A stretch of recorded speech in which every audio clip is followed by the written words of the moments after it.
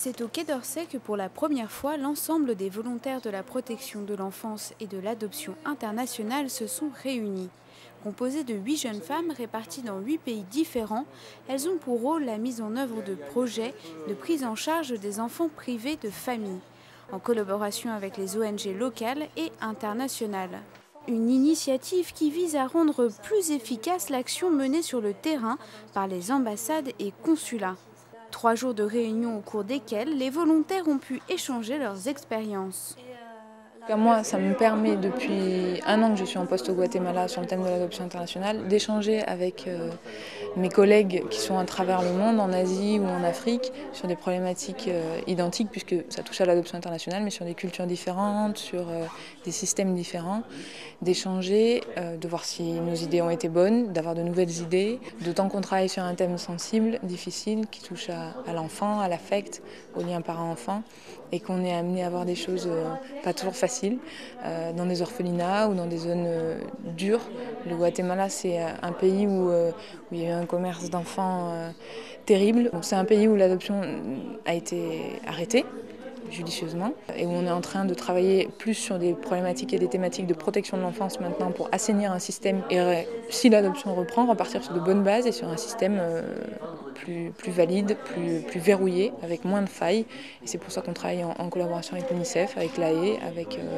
la communauté internationale et surtout avec le Guatemala. Une bonne démarche d'adoption et une belle adoption se fait en pensant à l'intérêt de l'enfant en premier et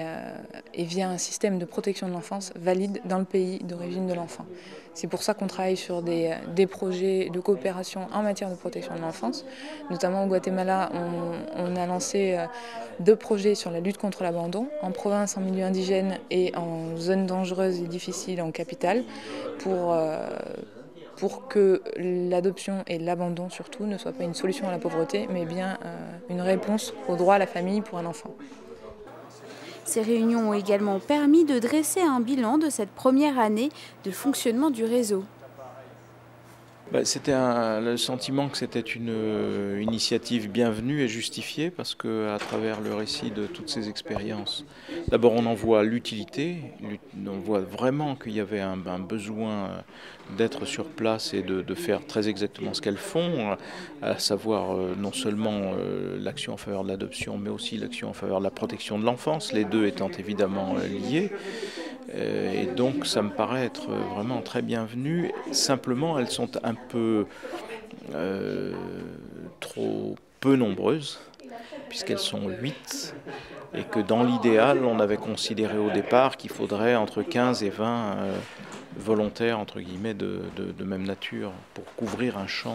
à peu près suffisant. Donc voilà, il faut souhaiter qu'à partir de l'expérience concluante qu'elles sont en train de mettre en place et de vivre, on puisse élargir et trouver des mécènes supplémentaires pour financer les autres postes qui manquent, mais dont on voit bien encore une fois l'utilité. C'est un bilan très positif parce qu'à la fois au départ, il pouvait y avoir des doutes sur et l'utilité de ce genre de fonction et la façon dont elle pourrait vraiment travailler et s'insérer sur le terrain, à la fois entre les autorités locales, nos ambassades, etc. Et puis on s'aperçoit in fine que quand les choses se mettent en place, ça aide tout le monde, ça rend service à tout le monde